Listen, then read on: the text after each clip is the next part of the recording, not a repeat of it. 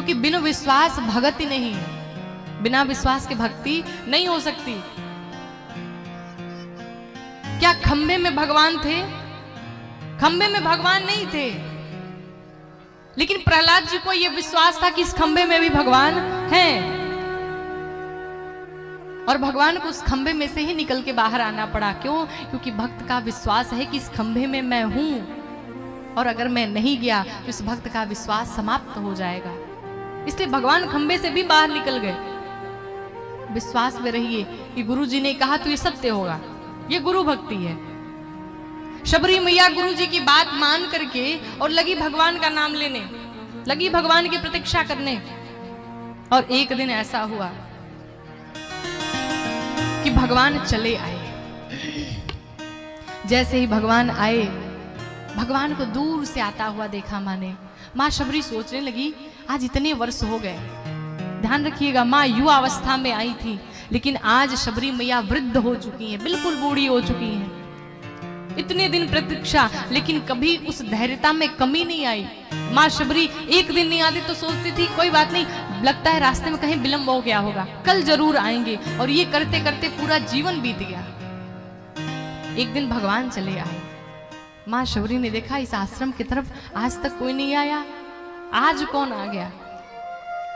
माँ शबरी भगवान को लगी देखने, भगवान के थोड़े और समीप पहुंची, भगवान के पास गई और लगी सोचने कहीं यही तो भगवान नहीं है। लेकिन गुरुदेव ने 5 पहचान बताई थी। जाकर के भगवान को निहारने लगी। जाकर के पहली पहचान मां को याद आई। गुरुदेव ने कहा था कि वो भगवान कैसे होंगे कि सर से जलोचन बाहु विशाला। सरसी जलोचन अर्थात कमल के पंखुड़ियों के समान भगवान के नेत्र होंगे। कमल नयन, भगवान के नेत्रों को देखा, जैसे भगवान के नेत्रों को देखा, अरे ये तो बिल्कुल कमल के समान है। एक पहचान मिल गई। दूसरी पहचान, गुरुदेव ने कहा था कि भगवान राम की जो भुजाएं होंगी वो बड़ी होंगी, घुटनों से नीचे तक होंगी।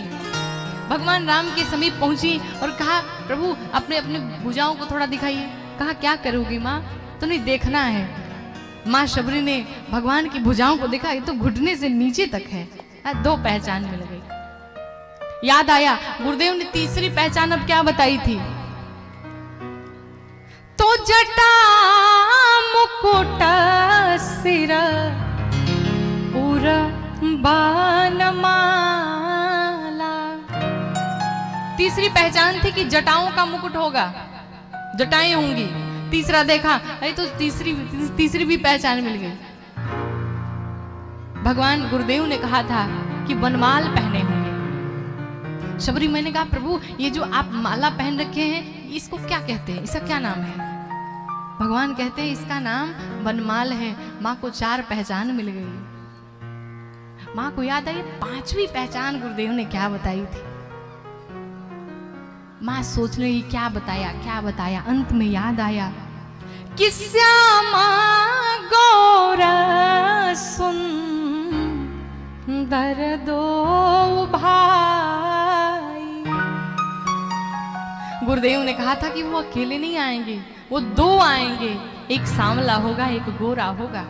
और जैसे ही शबरी मैया को 5 पहचान मिली, शबरी मैया भगवान के चरणों में लौट गई, भगवान के चरणों में पड़ गई। एक बार भगवान को प्रणाम करती, एक बार फिर उठती, एक बार फिर प्रणाम करती। मां प्रसन्न हो गई, मां के आंखों से अश्रु निकले जा रहे हैं। कहा प्रभु आपको कहां बिठाएं, आसन पर बिठाया। कहा नाथ आपको पीने के लिए हमने थोड़ा सा जल बचा करके रखा था, लेकिन वो आपको पीने के लिए, आपके पांव धुलने के लिए मेरे पास जल नहीं है, कहां से लाऊं। मां भगवान ने कहा कोई बात नहीं मां, पांव न धुलो चलेगा। शबरी मैया कहती नहीं प्रभु अगर आदेश हो तो मेरे पास एक और जल है। कहा कौन सा जल है। शबरी मैया ने कहा प्रभु मेरे नेत्रों में एक जल है, और अगर आपका आदेश हो तो इस प्रेमाश्रुओं से, इस नेत्र में जो जल है, इन्हीं जल से आपके पांवों को हम धुल दे, पांव को पखार दे। भगवान ने आदेश दिया और माँ सबरी ने भगवान राम के चरणों को अपने हाथ पे लिया और हाथ पे रख के और अपने माथे को झुका दिया और इस नेत्र से जो जल निकल रहे थे उन्हीं जलों से माँ सबरी ने भगवान के पांवों को पखार दिया कि शबरी सवार रास्ता, शबरी सवार रास्ता, आए हैं राम जी, शबरी सवार रास्ता, आए हैं राम जी, शबरी सवार रास्ता, आए हैं राम जी, शबरी सवार रास्ता, आए हैं राम जी, शबरी सवार रास्ता, आए हैं राम जी। मेरा भी धन्य जीवन, मेरा भी धन्य जीवन, बनाए हैं राम जी, मेरा भी धन्य जीवन बनाए हैं राम जी, शबरी निहार।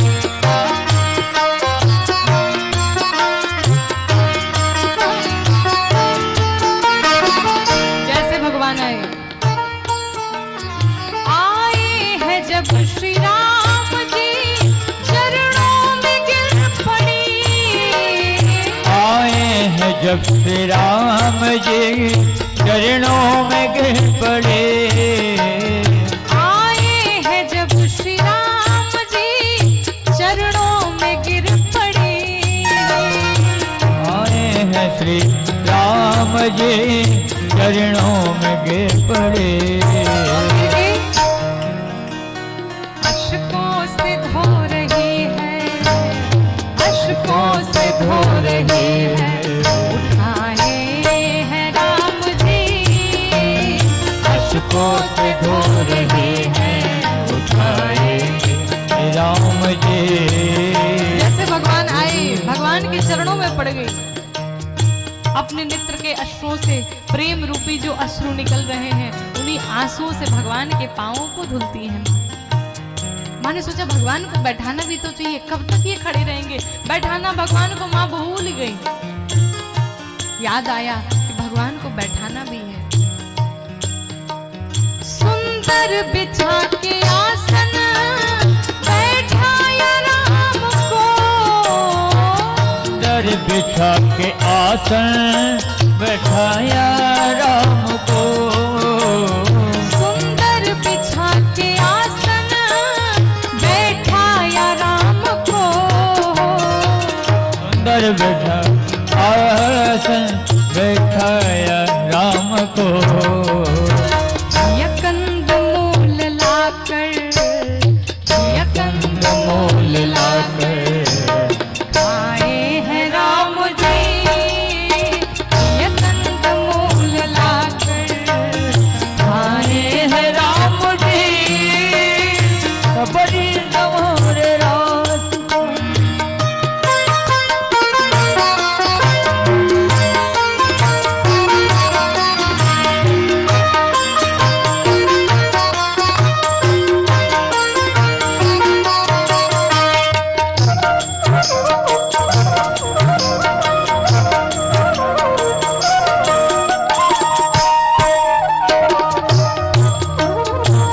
भगवान जैसे ही आए भगवान की प्रतीक्षा में शबरी मैया पूरे जीवन भर क्या करती थी, राहें बुहारती थी कब भगवान चले आएंगे।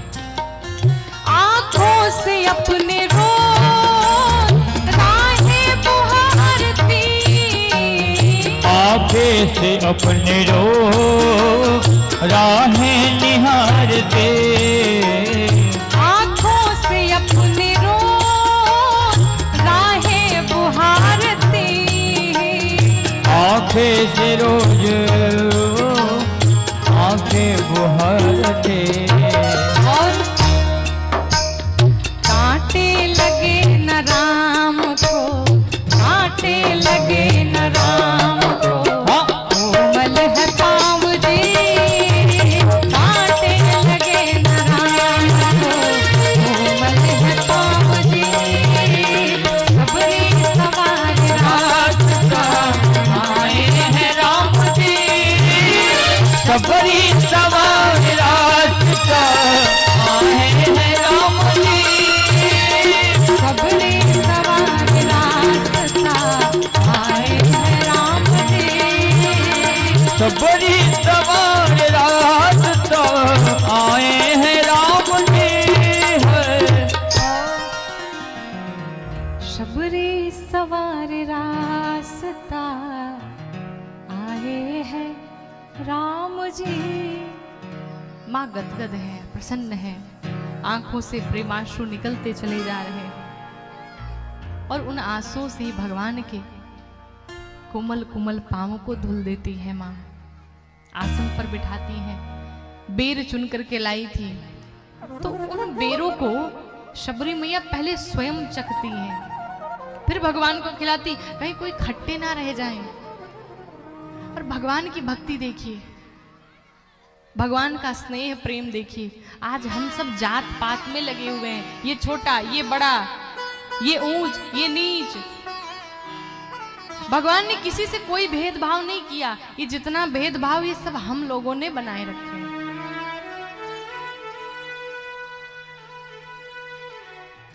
सारा भेदभाव हमारे और आपके बीच में है। सब कुछ हमने बनाया, भगवान ने कोई भेद नहीं किया। माँ शबरी के आश्रम में भगवान पहुंच करके और माँ शबरी के झूठे झूठे बैर पाए जा रहे हैं। और माँ शबरी से एक बेर जब खाते हैं तो भगवान कहते हैं, माँ ये दूसरी बेर कहाँ से लाई हो? तो पहली वाली से ज्यादा मीठी दूसरी वाली है। सराहना करके भगवान खाए जा रहे हैं। भगवान को कंदमूल खिलाया माँ शबरी ने। माँ सोचने लगी कि गुरुदेव ने कहा था कि भगवान की स्तुति करना,